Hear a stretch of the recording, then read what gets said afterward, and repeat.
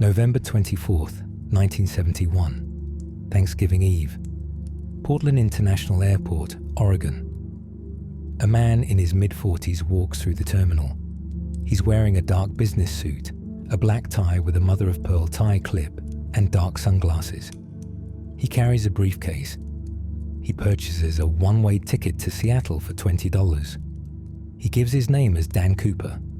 45 minutes later, he boards Northwest Orient Flight 305, a Boeing 727 with 36 passengers and 6 crew members. 2 hours after that, he will stand at the rear door of that aircraft, $200,000 in cash strapped to his body, a parachute on his back, and jump 10,000 feet into a freezing rainstorm over the forests of Washington state. And then he will vanish. No body is ever found. No parachute is recovered. For 9 years, there is no trace of him, until a child discovers $5,800 of the ransom money buried on a riverbank, miles from where he jumped. The FBI will investigate for 45 years. They will interrogate over 800 suspects. They will chase leads across the country, and in 2016, they will officially close the case as unsolved. But the mystery lives on, because the question isn't just who was D.B. Cooper. The question is, did he survive? This is the only unsolved airplane hijacking in American history. The case that created a legend. The man who jumped into the sky and was never seen again. Welcome to 404 Mystery Found, where we investigate history's greatest unanswered questions. So settle in. What you are about to hear is not a campfire story. These are documented forensic mysteries where every clue leads to a dead end, and every answer only raises a darker question. Act 1. The hijacking. I have a bomb. Let's start at the beginning. Thanksgiving Eve, 1971. The United States is in turmoil. The Vietnam War is still raging. Protests are constant. Unemployment is rising. Richard Nixon is president. And airplane hijackings are disturbingly common. In 1971 alone, there were over 30 hijackings of US commercial aircraft. But most hijackers wanted political asylum in Cuba. They wanted attention. They wanted to make a statement. The man who had become known as D.B. Cooper wanted none of that. He wanted money. And he had a plan so precise, so methodical, that it would change aviation security forever. The boarding. At 2:50 p.m. on November 24th, a man approaches the Northwest Orient Airlines ticket counter at Portland International Airport. He's approximately 5'10" to 6 feet tall, around 170, 180 pounds. He has brown eyes, dark brown hair slicked back, and he's wearing dark sunglasses despite the overcast weather. The ticket agent, Dennis Lyson, later recalls the man was polite but unremarkable. He paid cash for a one-way ticket to Seattle, Flight 305, departing at 3 p.m. The fare was $20. Wrote his name on the ticket, Dan Cooper. This is important. The media would later misreport his name as D.B. Cooper. Due to a miscommunication with law enforcement, the error stuck. To this day, he's known as D.B. Cooper, but he never used that name. He carried a briefcase and a brown paper bag. He wore no coat, despite the November cold. Security in 1971 was minimal. No metal detectors, no bag searches. He walked straight to the gate. Flight 305 was scheduled to be a short hop, about 30 minutes from Portland to Seattle. It was a routine evening commute. Most passengers were businessmen heading home for Thanksgiving. A few families, students going home from college. The Boeing 727 seated 36 passengers that evening. Cooper chose seat 18C, a window seat in the rear of the cabin, the last row before the rear galley. Flight attendants later said he requested the seat specifically. At 2:59 p.m., the plane's door closed. At 3:07 p.m., Northwest Orient Flight 305 took off from Portland, climbing into overcast skies. For the first 15 minutes, everything was normal. The note. At approximately 3:22 p.m., shortly after the plane reached cruising altitude, a 23-year-old flight attendant named Florence Schaffner approached row 18 to take drink orders. Cooper handed her a note. Schaffner assumed it was a phone number. Male passengers often tried to give flight attendants their numbers. She smiled politely, put the note in her pocket without reading it, and started to walk away. Cooper leaned forward and said quietly, "Miss, you'd better look at that note. I have a bomb." Schaffner stopped. She pulled out the note and read it. Years later, in FBI testimony, she recalled the exact wording.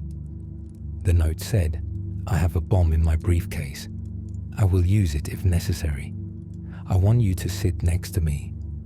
You are being hijacked." End of quote. Schaffner sat down in seat 18B next to Cooper. She was shaking. Cooper remained calm. He spoke in a low, controlled voice, polite, almost apologetic. He opened his briefcase slightly and showed her the contents. Schaffner would later describe it to the FBI. "I saw a battery. I saw red cylinders that looked like dynamite. There were wires. It looked real. I believed him." End of quote. Cooper then laid out his demands with precise practice clarity.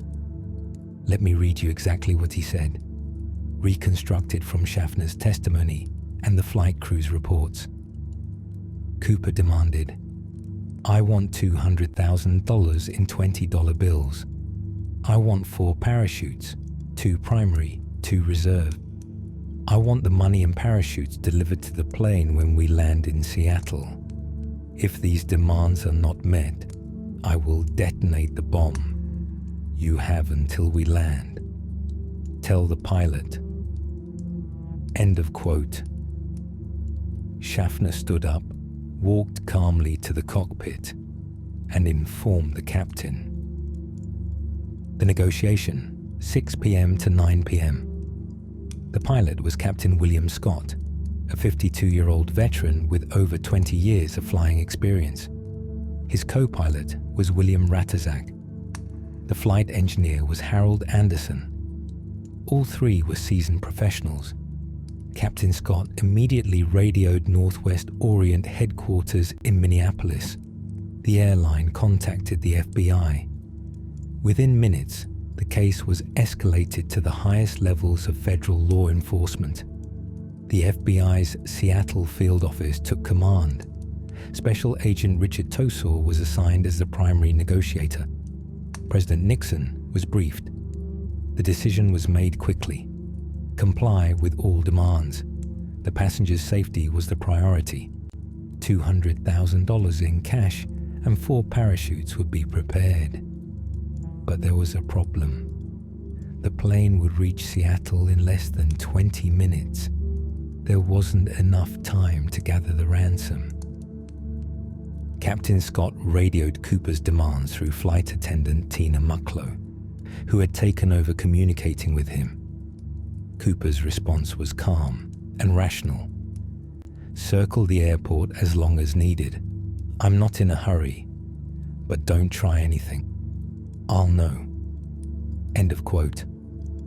For the next 2 hours, Flight 305 circled above Seattle-Tacoma International Airport, while the FBI scrambled to assemble the ransom.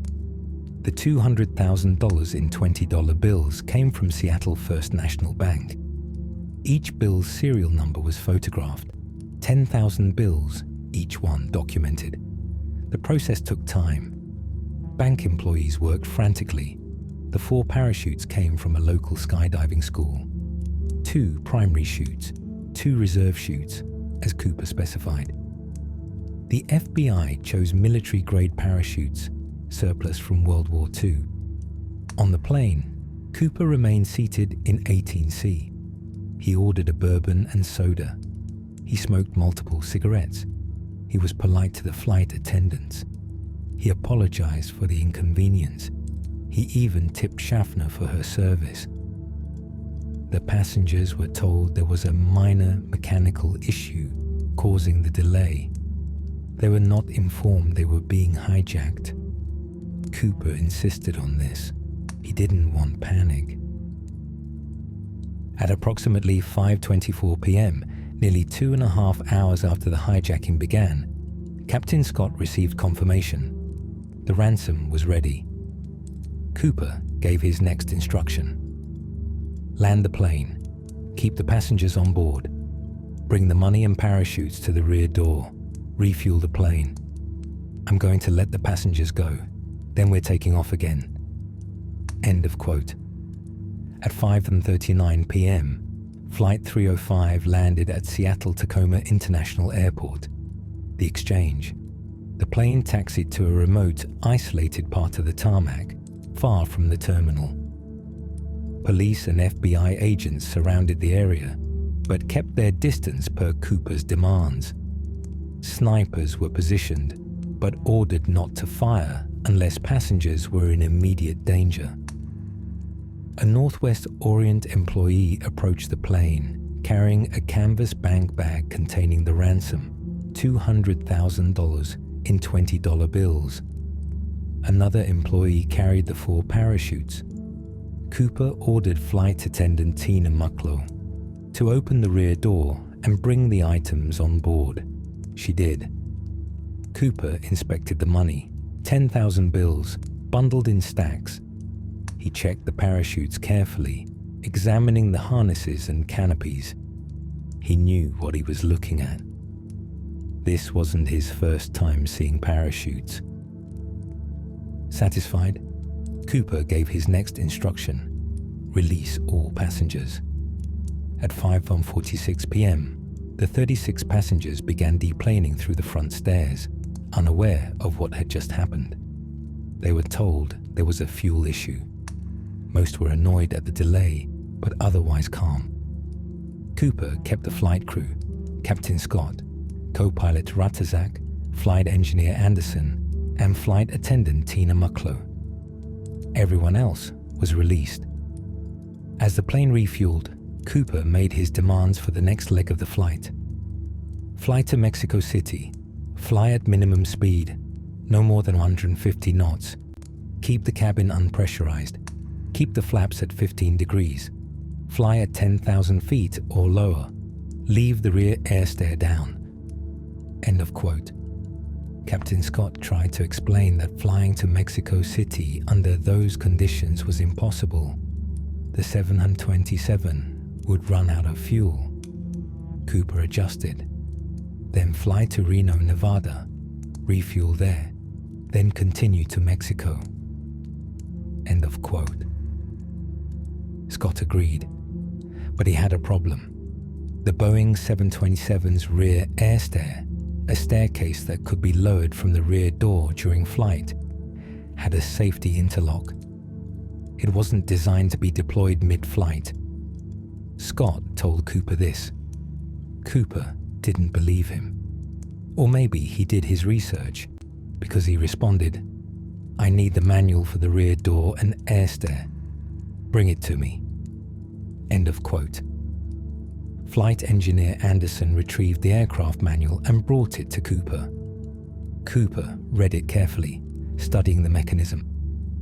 At 7:36 p.m., nearly 4.5 hours after the hijacking began, Flight 305 took off from Seattle, heading south toward Reno. On board, 4 crew members, 1 hijacker, $200,000 in cash, and 4 parachutes. Within an hour, one of those people would be gone. Act 2, the jump. We felt a change in pressure.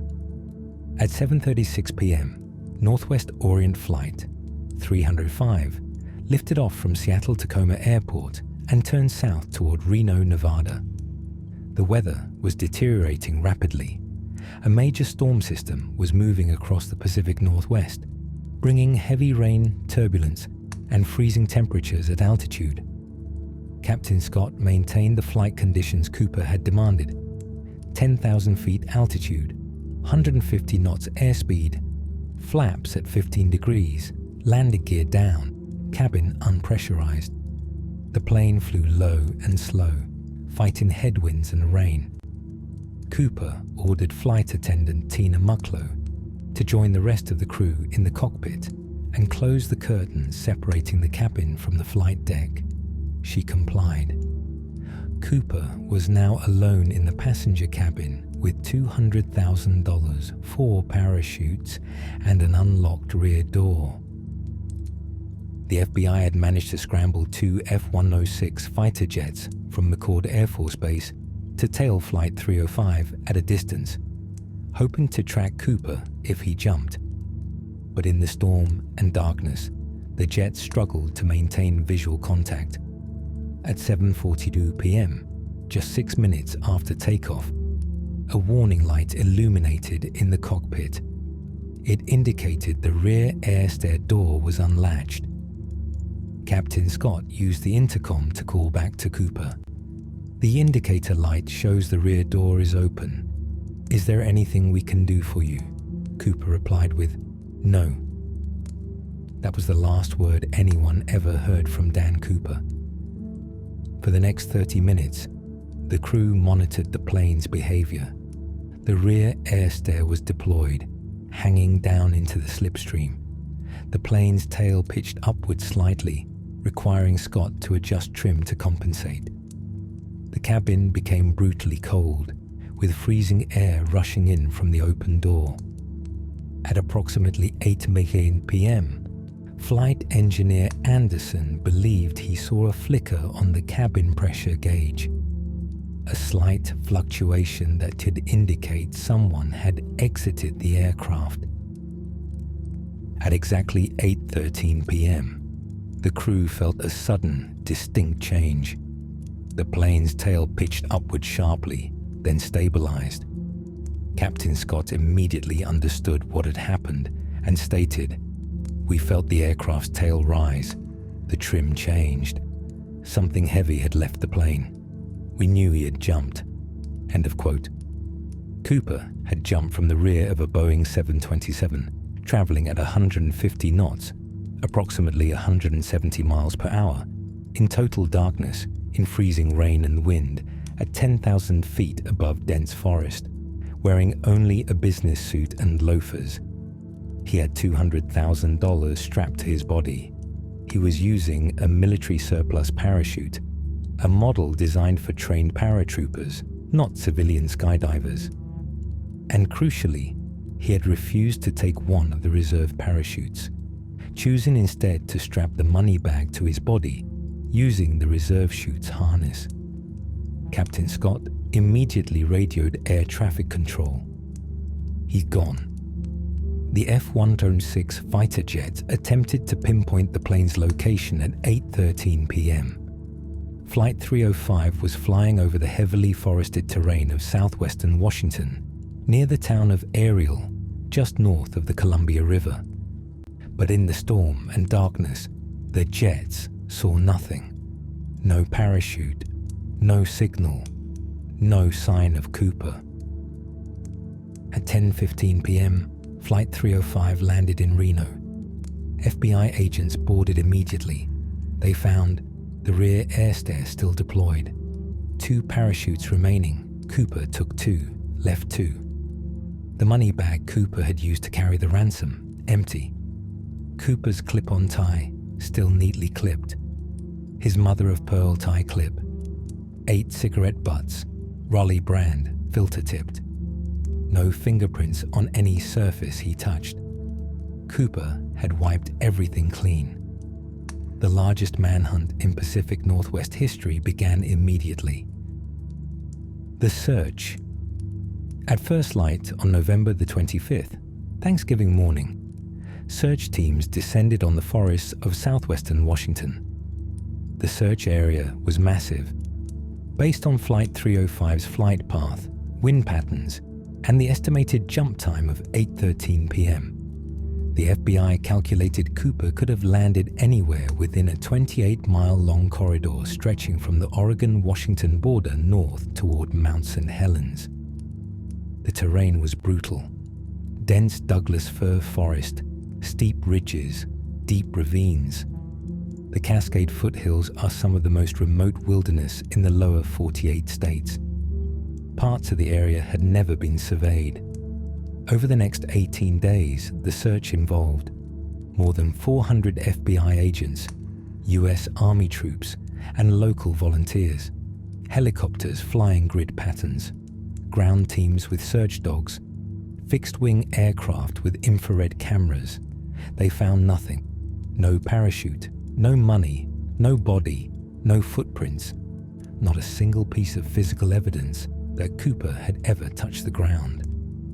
The search was called off on December 13, 1971, nearly 3 weeks after the jump. The FBI's conclusion: Cooper almost certainly died in the jump. Either his parachute failed to deploy correctly, or he landed in dense forest and died from impact injuries, and his body was simply too well hidden to find. But they couldn't prove it. And without a body, without a parachute, without anything, the case remained open. For 9 years, there was silence. And then, on February 10th, 1980, a discovery changed everything. Act 3, the evidence. We found some of the money. February 10th, 1980. Tennebar, along the north bank of the Columbia River near Vancouver, Washington, approximately 9 miles downstream from Cooper's estimated drop zone. An 8-year-old boy named Brian Ingram was on a family camping trip. While digging a fire pit in the sandy riverbank, his shovel struck something. He pulled it out of the mud. It was a decomposed packet of $20 bills, held together by rubber bands that had nearly disintegrated.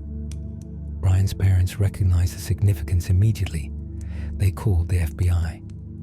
Within 24 hours, FBI forensic teams were excavating the riverbank. They recovered 3 packets of bills, $5,800 total, still bundled in the bank's original rubber bands and paper straps. The serial numbers matched. They were part of the ransom given to D.B. Cooper on November 24, 1971. The bills were badly decomposed, discolored, and fragile, but they were intact enough to confirm this was Cooper's money. The discovery reignited the investigation. The FBI brought in geologists, hydrologists, and forensic experts to answer one critical question: how did the money get there? The money mystery. The location where the money was found, Tennebar, was approximately 9 miles downstream and 20 miles west of Cooper's suspected jump zone near Ariel, Washington. There were 3 possibilities. Theory 1. Cooper landed near the river, buried the money, and it washed into the Columbia during a flood. The problem: if Cooper landed safely and buried the money, why would he bury only $5,800 and keep the rest? Why not retrieve it later? And why were the bills in remarkably good condition for being buried for 9 years? The rubber bands were intact. The bills weren't scattered. Theory 2. Cooper died on impact near the river, and the money washed downstream from his body. The problem: the bills were found in 3 intact bundles. If they had tumbled through river currents for miles, they would have scattered. The rubber bands would have disintegrated. Theory 3. Cooper landed somewhere upstream. The money fell out of the bag during the jump, and it drifted downstream in the Columbia River. This is the most widely accepted theory. In 1986, a team of scientists from the Army Corps of Engineers conducted a sediment and water flow analysis. Their conclusion: based on sediment layering and diatom growth patterns on the bills, We believe the money was deposited at Tina Bar sometime between 1971 and 1974. During a period of heavy flooding, the bills were likely already submerged in the river before reaching the sandbar. End of quote. This meant the money didn't walk to the riverbank. It floated there, likely torn from Cooper's body or the money bag during the jump or shortly after. But there was another mystery. The FBI conducted multiple follow-up searches of Tina Bar and the surrounding area, including deep excavation of the riverbank. They never found another bill, not one. If the money fell into the river during the jump, where was the rest of the $194,200? No one knows. The physical evidence. Beyond the money, the FBI had precious little physical evidence, but what they did have was analyzed exhaustively. The tie and tie clip. Cooper left behind his clip-on tie and mother-of-pearl tie clip. In 2009, the FBI conducted advanced DNA analysis on the tie. They found traces of DNA from an unknown male. They also found microscopic particles of pure titanium and rare earth elements, materials used in specialized industries like aerospace or chemical manufacturing. This suggested Cooper may have worked in a highly technical field. The cigarettes. 8 cigarette butts, Raleigh brand, filter-tipped. In 1971, DNA analysis didn't exist. By the time modern DNA testing was available, the evidence had been handled by so many people that contamination made it unreliable. The parachutes. Cooper took 2 parachutes, 1 primary, 1 reserve. He left 2 behind. The primary chute he took was a military surplus NB6 parachute, dated from the 1950s. It was functional but old. The reserve chute he took was a civilian training parachute. Crucially, it was a dummy chute, sewn shut and non-functional. It was used by skydiving instructors to teach students how to pack parachutes. Cooper either didn't know this, or he did, and used it to strap the money to his body. If he didn't know it was a dummy chute, and he tried to use it as a backup, he would have died the moment he pulled the ripcord. The briefcase. Cooper's briefcase was never recovered. It's believed he took it with him when he jumped. Act 4. The suspects. Who was he? For 45 years, the FBI investigated over 800 suspects. Let me walk you through the most compelling. Suspect number 1. Richard Floyd McCoy Jr. 5 months after Cooper's jump, on April 7, 1972, a nearly identical hijacking occurred. Richard Floyd McCoy Jr., a 29-year-old Vietnam War helicopter pilot and former Green Beret, hijacked United Airlines Flight 855 from Denver to Los Angeles.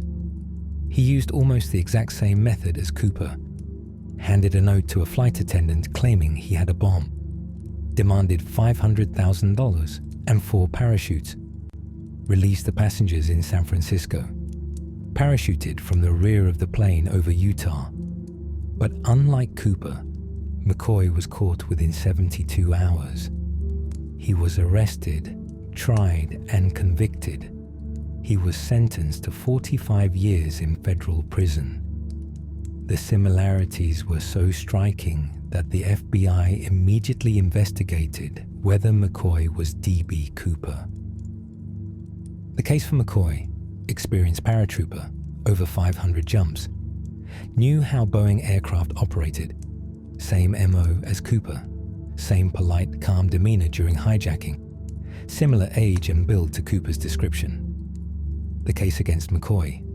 Witnesses described Cooper as mid-40s. McCoy was 29. Cooper had brown eyes. McCoy had blue.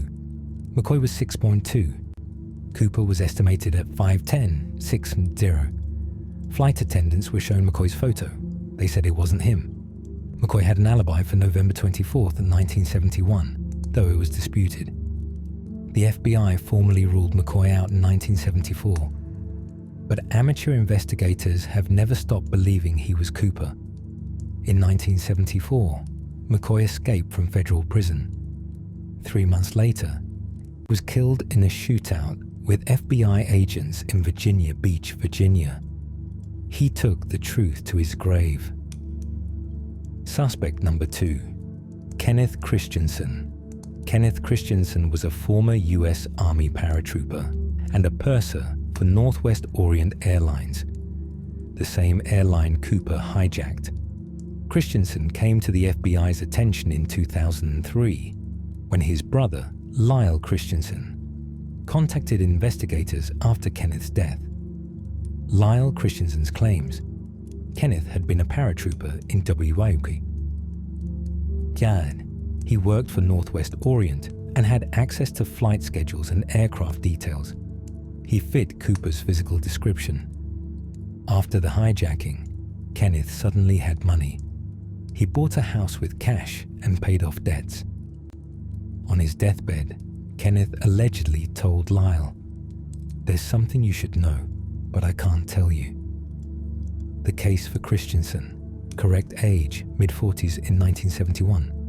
Correct build, paratrooper training, insider knowledge of Boeing 727 aircraft, unexplained wealth after 1971. The case against Christensen: he had brown eyes. Witnesses said Cooper had brown eyes. This matches, but FBI initially listed Cooper's eyes as dark, not specifically brown. He was significantly shorter than Cooper's estimated height. DNA from Cooper's tie didn't match DNA from Christensen's belongings. The FBI formally ruled him out in 2010. Suspect number 3, Robert Rackstraw.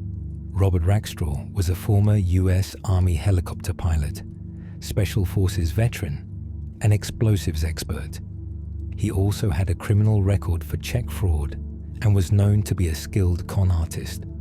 In 2016, a team of former FBI agents, led by investigator Thomas Colbert, identified Rackstraw as their prime suspect. The case for Rackstraw: highly trained in military tactics, parachuting and demolitions, correct age and physical description, had a history of con jobs and financial crimes, was in the Pacific Northwest in November 1971, allegedly bragged to friends about doing something big. The case against Rackstraw: no physical evidence links him to the hijacking. DNA from Cooper's tie doesn't match Rackstraw. The FBI officially ruled him out. Rackstraw denied it until his death in 2019. Despite the FBI's ruling, Colbert's team remains convinced Rackstraw was Cooper. In 2018, they released a book and documentary presenting their case. The FBI has not reopened the investigation. Suspect number 4, William Pratt Gossett. William Gossett was a Marine Corps and Army veteran, a competitive skydiver, and a known conman with a criminal record. In 1977, Gossett's former girlfriend contacted the FBI. She claimed Gossett had bragged about being D.B. Cooper. The FBI investigated extensively. Gossett fit the description, had parachute training, and was in the area. But his alibi for November 24, 1971 was solid. He was at a Thanksgiving dinner with multiple witnesses. The FBI cleared him. Suspect number 5, Sheridan Peterson. Sheridan Peterson was a former smoke jumper, paratrooper, and Boeing employee who fit Cooper's physical description perfectly. In 2011, a former acquaintance identified Peterson as a possible suspect. Peterson admitted he looked like the composite sketch, had parachute training, and was unaccounted for on Thanksgiving Eve 1971. But there was a problem. Peterson was in Nepal in November 1971. He provided passport records and travel documents proving he was on the other side of the world when the hijacking occurred. The FBI cleared him. the DNA evidence. In 2001, the FBI extracted DNA from Cooper's tie. It was a partial profile, not enough to match a suspect conclusively, but enough to rule people out. Every major suspect's DNA has been compared to the tie DNA. None match. But there's a problem. The tie could have been handled by store clerks, dry cleaners, or previous owners before Cooper bought it. The DNA on the tie might not even be Cooper's. In 2023, amateur investigator Eric Eulis claimed to have identified Cooper's DNA on the tie using advanced forensic techniques. He claims it belongs to a man who worked in the aviation industry and died in the 1990s. The FBI has not confirmed this claim. Act 5. The theories. Did he survive? So the question remains, did D.B. Cooper survive the jump? Let's examine the evidence and the theories. Theory number 1. He died in the jump. The FBI's position. This is the official conclusion. The FBI believes Cooper died shortly after jumping, either from parachute failure, impact with trees, or hypothermia. The evidence. Jump conditions were lethal. Cooper jumped at night, in a rainstorm, in freezing temperatures, over dense forest. Professional skydivers say this is nearly a death sentence. He had no experience. Despite choosing parachutes carefully, Cooper made critical errors. He didn't ask for a helmet, goggles, or jumpsuit, essential for survival. He wore loafers, which would have been ripped off his feet by the 170 mph wind. The reserve parachute was a dummy. If he tried to use it, he died. No survival evidence. No one saw Cooper land. No one found campfires, shelters, or tracks. For a man carrying $200,000 in cash, he left zero trace. The money at Tina Bar. The $5,800 found in 1980 suggests Cooper, or his body, ended up in the Columbia River, where the money washed downstream. Expert opinion. In 2011, FBI Special Agent Larry Carr, who led the investigation for several years, stated, "Diving into the wilderness without a plan, without the right equipment, in the middle of a violent storm, at night. No one could survive that. We believe Cooper struck the ground or trees at high speed and died on impact. His body is out there, but the forest swallowed it." End of quote. Theory number 2. He survived and lived in hiding. The romantic theory. This is what the public wants to believe. Cooper survived, lived off the money, and died peacefully decades later, never caught. The evidence. He planned meticulously. Cooper's attention to detail, demanding specific parachutes, choosing the 727 for its rear air stair, knowing the flight path, suggests he had a plan. Only $5,800 was ever recovered. If Cooper died, where's the other $194,200? Even in a river, some of it should have surfaced. No body was found. Extensive searches found nothing. If he died on impact, search teams should have found remains, a parachute, or the money. He had insider knowledge. Cooper's demands suggested he knew aviation, military parachuting, and flight operations. This wasn't a desperate man. It was a professional. The counter-evidence. He would need shelter, medical care, and a way to launder $200,000 in bills with recorded serial numbers. Spending any of the bills would immediately alert the FBI, and no bills, except the $5,800, ever appeared.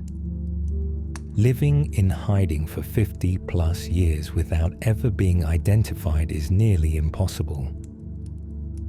Theory number 3. He was Richard Floyd McCoy. The copycat theory. Amateur investigators believe Cooper was Richard Floyd McCoy Jr., and the April 1972 hijacking was essentially him recreating his success. The case. McCoy had all the skills Cooper displayed. The two hijackings were nearly identical in method. McCoy escaped from prison in 1974, showing he was a risk-taker. He died in 1974 before conclusive DNA testing existed. The rebuttal: flight attendants who saw Cooper did not identify McCoy. Physical descriptions don't match. FBI formally ruled him out. Theory number 4. The parachute failed. The 2024 discovery. In November 2024, amateur investigator Dan Gruder claimed to have found part of Cooper's parachute on private property in Washington state, near Continue 8 and 57, PM Slil Elam Ridge. Gruder alleges the parachute piece was stored by a family whose now deceased father may have been Cooper. The FBI reportedly examined the evidence, but has not confirmed it as Cooper's parachute. If true, if the parachute is confirmed as Cooper's, it would prove Cooper landed somewhere near Cle Elum Ridge, about 40 miles east of the suspected jump zone. The parachute failed or partially failed.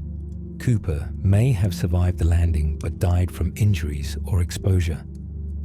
The FBI's response: as of December 2024, the FBI has not confirmed or denied Gruder's claim. The case remains officially closed. The legend that never dies. On July 8, 2016, the FBI officially closed the D.B. Cooper case after 45 years of investigation. They announced they would no longer actively pursue new leads unless substantial evidence emerged. The official statement read, "Although the FBI appreciated the immense number of tips provided by members of the public, none to date have resulted in a definitive identification of the hijacker. The resources required to continue this investigation are no longer sustainable." End of quote. But the case isn't truly closed. The FBI still maintains the evidence, they still accept tips, and they've made it clear, if someone presents definitive proof, DNA, the money, or a parachute, they will reopen the case. So what happened to D.B. Cooper? Did he die in the wilderness, his body lost to the forest, as the FBI believes? Did he survive, live off the money in secret, and take his secret to the grave? Or is he still out there, an old man now, watching the documentaries and articles, smiling at how close or how far the investigators have come? We may never know, but here's what we do know. On November 24, 1971, a man walked onto a plane with a plan and $20. 2 hours later, he jumped into a storm with $200,000 and a parachute, and then he vanished into the most enduring mystery in American aviation history. He didn't hurt anyone. He didn't leave a manifesto. He didn't want fame. He just wanted to disappear. And 53 years later, he's still gone. You've been listening to 404 Mystery Found. Thank you so much for tuning in this far. Subscribe so you won't miss our next mystery. Until next time.